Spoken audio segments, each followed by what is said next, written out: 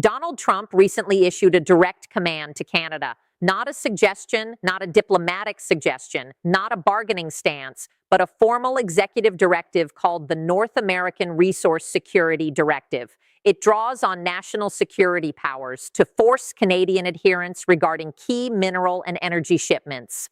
The directive insists that Canada keeps supplying the United States with the same volumes of these resources as before the trade conflict began, and at the same earlier prices. It also warns of secondary penalties against any country buying Canadian materials that get shifted away from U.S. supply lines. The directive essentially views Canadian minerals, energy supplies, and even Canadian independence as assets under U.S. control and jurisdiction. It employs forceful wording like shall maintain, will provide, and required to ensure, treating the Canadian administration almost like a branch office of the White House that failed to meet its targets.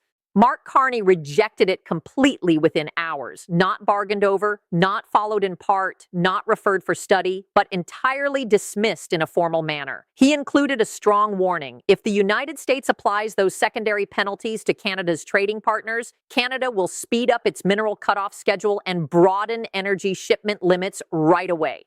The directive is finished. The thinking behind it is finished. And the rejection not only made following it improbable, but actually reduced the chances further than they stood before issuance, since the dismissal brought in stronger countermeasures that the directive itself provoked.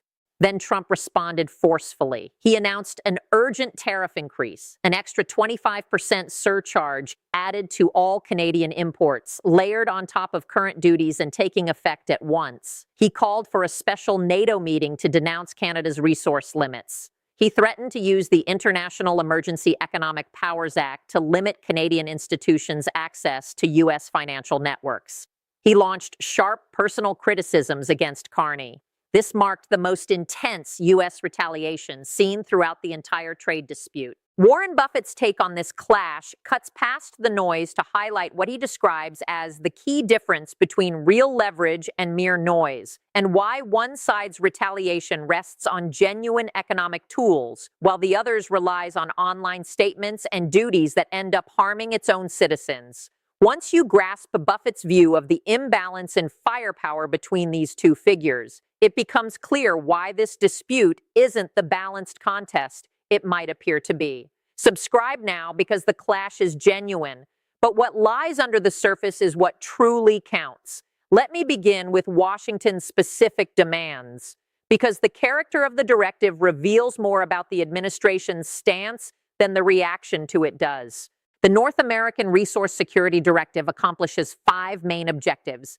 First, it calls upon national security powers to classify Canadian exports of minerals, lithium, nickel, cobalt, aluminum, and rare earths, as vital to U.S. national security, placing them under emergency acquisition rules that skip standard trade procedures. Second, it requires Canada to sustain pre-trade war shipment quantities of these critical minerals and energy to the United States at pre-trade war rates, labeling any drop in those shipments as a danger to North American security teamwork. Third, it warns of secondary penalties against any country acquiring Canadian resources that, in the directive's terms, get rerouted from established North American supply networks, meaning nations like Germany, Japan, and Korea, which hold 25-year deals for Canadian minerals at prevailing market prices. Fourth, it instructs the Commerce Department to create resource reciprocity rules that would add further penalties to Canadian products if Canada fails to meet the mineral and energy requirements. Fifth, it refers to NATO commitments, asserting that Canadian resource limits breach the intent of allied defense collaboration and that NATO countries must sustain resource supplies to partners. The phrasing used throughout the text is revealing: shall maintain, will provide, required to ensure. This isn't the wording of discussion or negotiation. This is the wording of an order. Washington didn't request that Canada restart mineral and energy shipments at pre-trade war quantities. Washington commanded it, releasing a directive as though Canadian independence were a minor bureaucratic matter on what is effectively American land overseen by a regional branch that had grown overly autonomous. The timing exposes the intent. Signals of a mineral cutoff had been building for weeks. Canada's supply security discussions with Germany, Japan, and Korea had shifted from diplomatic hints toward practical implementation. U.S. manufacturers had received private alerts from their Canadian mineral providers that ongoing supply beyond existing contracts could no longer be assured. The aviation impact had just cost the airline sector $9.6 billion, while auto integration disruptions combined with tariff layering were adding thousands of dollars to each vehicle. The energy pressure kept tightening, and the Musk revelation, the insider admission of no strategy, no backup plan, no way out, had left the White House urgently seeking something to showcase as progress. The directive blends strategy with performance. The strategy tries to force Canadian obedience using the formal power of the American presidency. The performance offers the administration an announcement to point to when questioned about their approach, especially after their most prominent corporate supporter openly stated that no approach existed. Every premise built into the directive might have held some validity 8 months earlier. The idea that U.S. authority could shape Canadian resource decisions when Canada sent 75% of its exports to American markets carried influence. The notion that Canada would yield because it's smaller made sense when Canada lacked other partners. The belief that secondary penalty threats could cut Canada off from its buyers held weight before those buyers had locked in 25-year mineral contracts with Ottawa. The threat could have caused pause. None of those premises hold today. Canada's reliance on U.S. exports has dropped from about 75% toward 55% and keeps declining rapidly. Canada's new partnerships reach across 6 continents. Germany, Japan, and Korea now have firm, long-term obligations to Canadian resource supplies that underpin their own industrial plans. The directive was crafted for the Canada of January. It landed on the Canada of today, and today's Canada is transformed. Carney's reply came within hours. In diplomatic terms, reacting that quickly signals one of 2 possibilities: either hasty action without advice or legal checks, or thorough readiness. Carney was thoroughly ready. The reply had been prepared, legally examined, cleared by the Foreign Ministry, aligned with partner governments, and backed by parliamentary figures even before the U.S. executive directive received its official signature. Canada didn't merely expect this step. Canada anticipated it with the careful, disciplined approach that has marked every significant Canadian move in the trade dispute. The legal dismissal formed the core. Canada's Foreign Ministry delivered a formal diplomatic communication declaring that no external executive directive carries legal weight over Canadian sovereign resources, Canadian export decisions, or Canadian commercial ties with other countries. Canadian resources fall under Canadian law, arise from Canadian sovereignty, and will be distributed based on Canadian national priorities as decided by the Canadian government. No external executive directive changes this fact. Period. That period serves as the diplomatic version of slamming a door shut. It signals that the stance is firm and that debate over the directive's legal basis is not invited. The national security counter-argument proved highly effective. Carney's administration released a statement that flipped the directive's own rationale back on itself. The United States isn't confronting a genuine national security emergency over critical minerals. It is dealing with the fallout from a trade approach that deliberately broke the cooperative framework through which those minerals were once delivered on advantageous terms. The line between a real security risk and a self-created problem is obvious, and using national security terminology doesn't convert the second into the first. That one section demolished the directive's legal and argumentative base, because any national security claim needs an actual threat, and the threat stems from the administration's own policies. The countermeasure turned the dismissal into an escalation instead of a simple refusal. Canada formally declared that if the United States enacts secondary penalties on countries buying Canadian resources aimed at Germany, Japan, and Korea, Canada will view those penalties as a direct escalation against Canada and act in response. That means advancing the mineral cutoff schedule to full implementation sooner, widening energy export curbs beyond present levels, formally activating CDA, CPTPP, and bilateral treaty safeguards with all impacted countries, and aligning retaliatory steps with Germany, Japan, and Korea through existing alliance structures. The directive aimed to compel obedience through fear. The dismissal made obedience even less probable than before the directive appeared, because the countermeasure guarantees that the precise step the directive threatened, secondary penalties, will activate the very result the directive sought to avoid: complete mineral cutoff activation. Carney's public remarks carried the full authority of a national leader addressing an insult.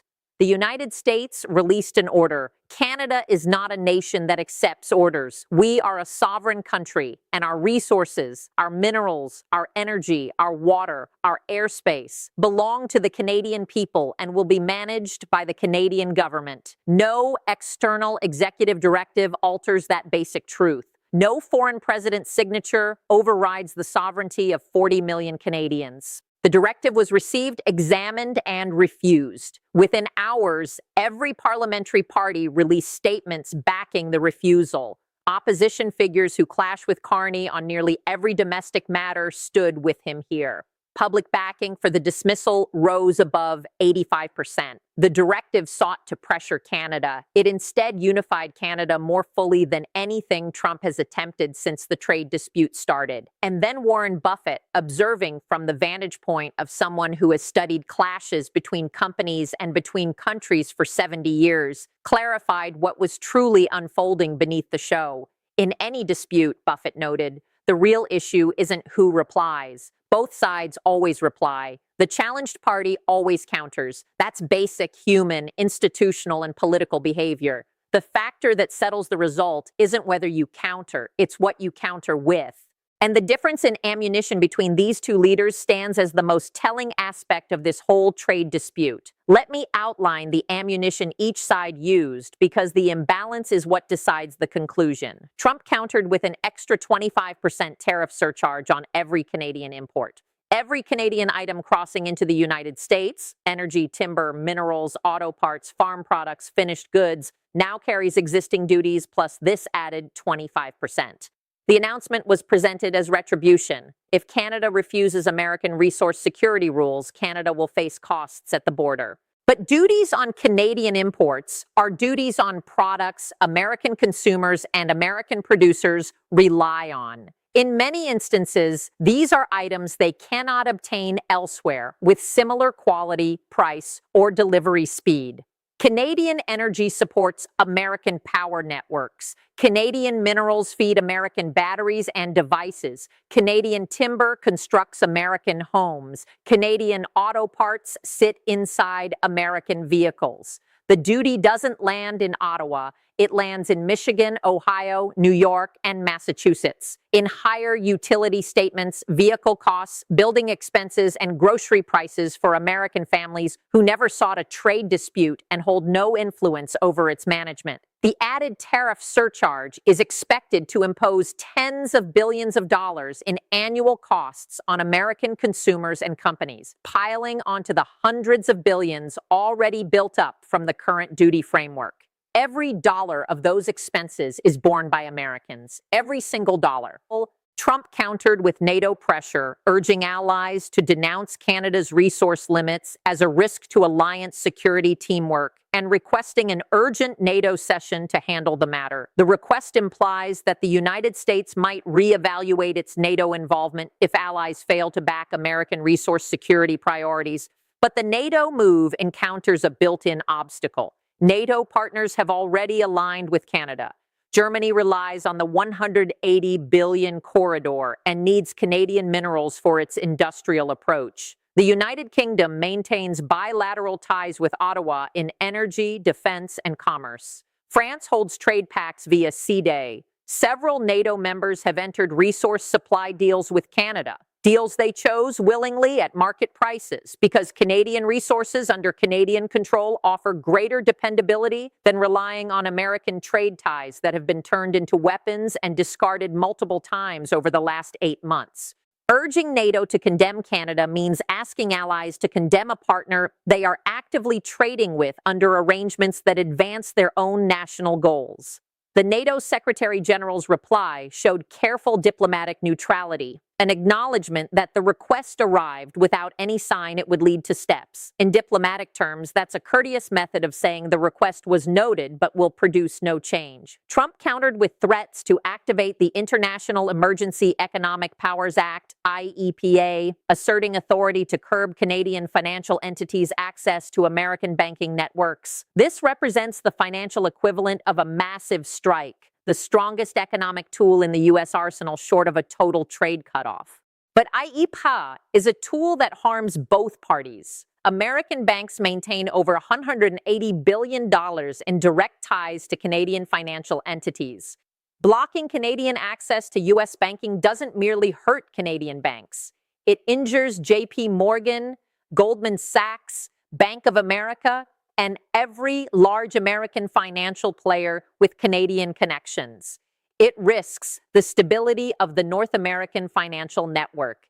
It further weakens the dollar's status as the world's reserve currency by proving the United States will weaponize financial access against its nearest partner. And it comes at a time when Canada has spent months developing EuroCAD settlement systems, banking workaround channels, and institutional financial setups built precisely for such scenarios.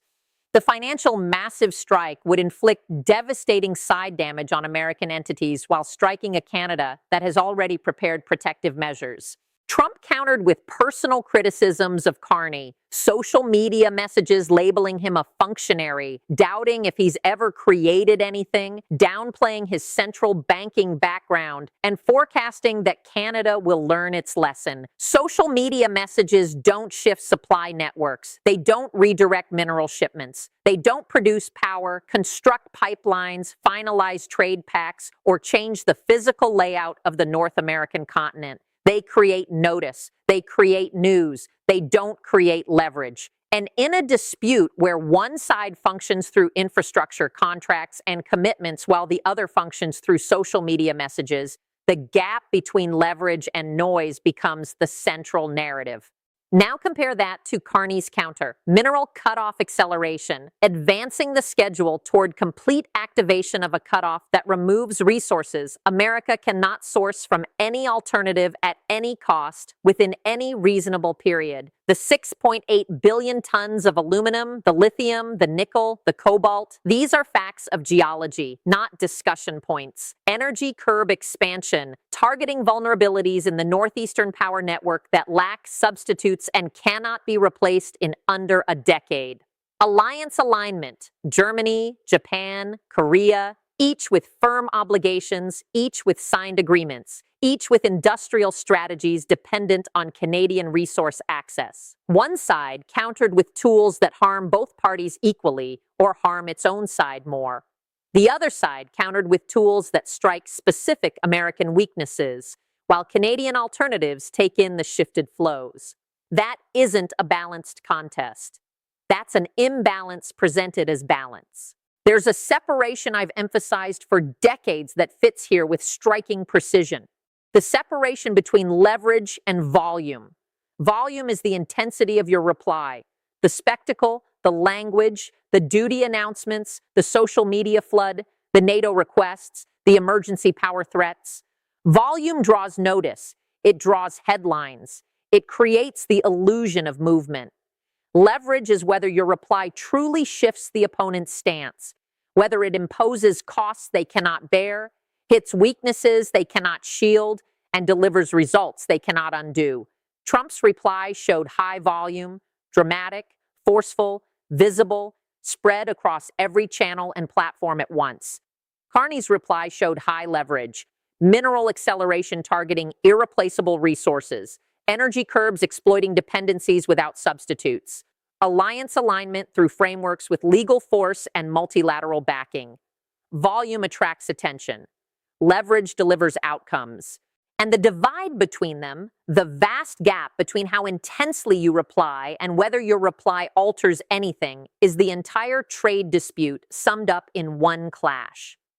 On the directive's core mistake, the directive aimed to reestablish control, to remind Canada, who holds greater size, greater strength, who issues commands in this partnership, and who follows them. That instinct makes sense for a nation that has dominated economically in North America for a century. But control demands dependence. It demands that the other party relies on you more than you rely on them. It demands the ability to impose costs the other party cannot endure or counter. Canada devoted 8 months to deliberately dismantling every element of that dependence, creating alternative markets across 6 continents, securing long-term contracts that guarantee demand for Canadian resources from non-U.S. purchasers, building energy systems that bypass American networks, establishing financial mechanisms that handle transactions without involving the American banking system.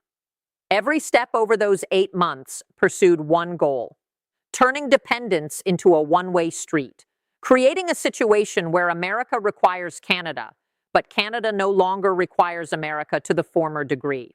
The directive assumes a Canada that survives on American markets, a Canada where roughly 75% of exports head south with no other buyers available. That Canada has vanished. Carney took it apart and built in its place a Canada with options across 6 continents, resources the global industrial system requires, and a leader who has shown over 8 months that he rejects commands, avoids bluffs, stands firm, and never acts without months of prior preparation. The directive was drafted for the Canada of January. It arrived for the Canada of today. And today's Canada rejected it within hours, not to score a symbolic victory, but because it possessed the leverage to do exactly that. You cannot command obedience from a country that holds the economic structure to say no. On Berkshire's stance, we've adjusted Berkshire's holdings throughout this trade dispute following a straightforward rule: track the leverage, not the volume.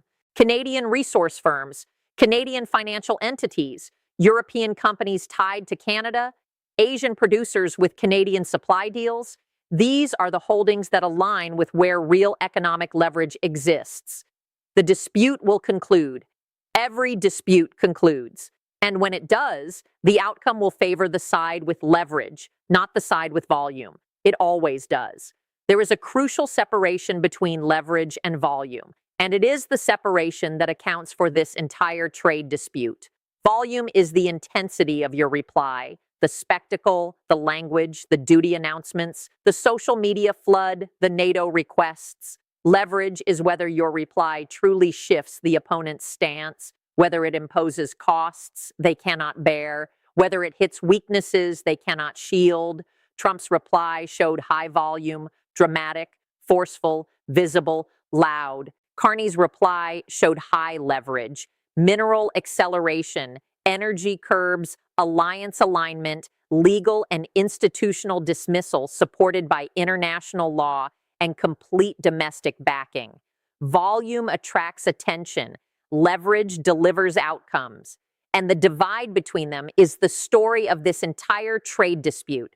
On the directive's core mistake, the directive aimed to reestablish control, to remind Canada who holds greater size, greater strength, who issues commands in this partnership. But control demands dependence. It demands that the other party relies on you more than you rely on them.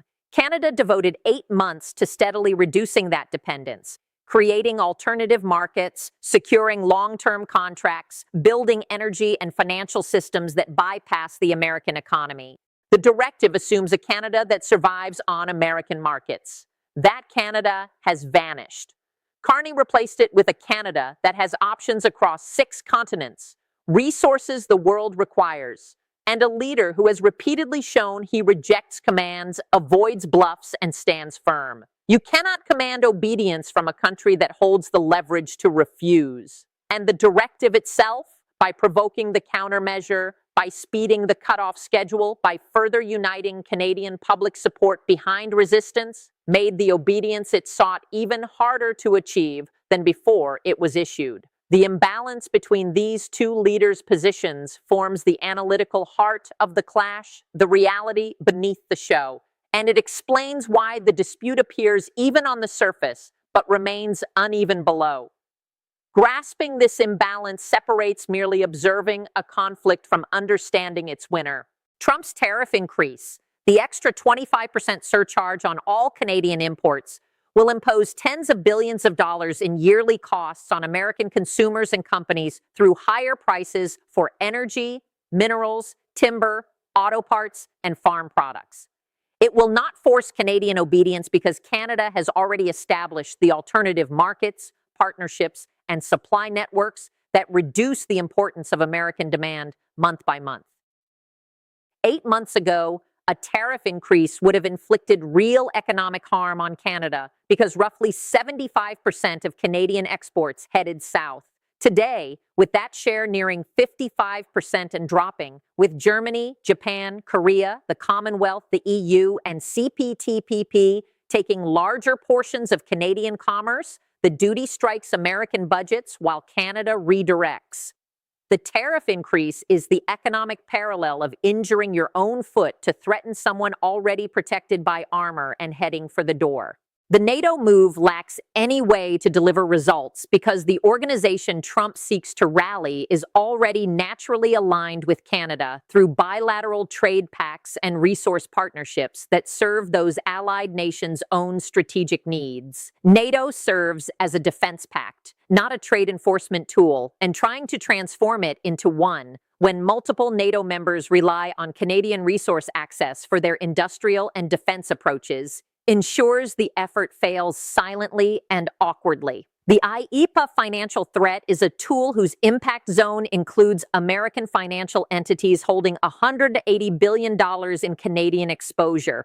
Activating it would spark a financial crisis damaging Wall Street as badly as Bay Street, eroding worldwide trust in the dollar as an impartial reserve currency, and hastening the exact financial separation Canada has prepared for, turning a backup plan into reality on terms that favor Canadian readiness over American reaction.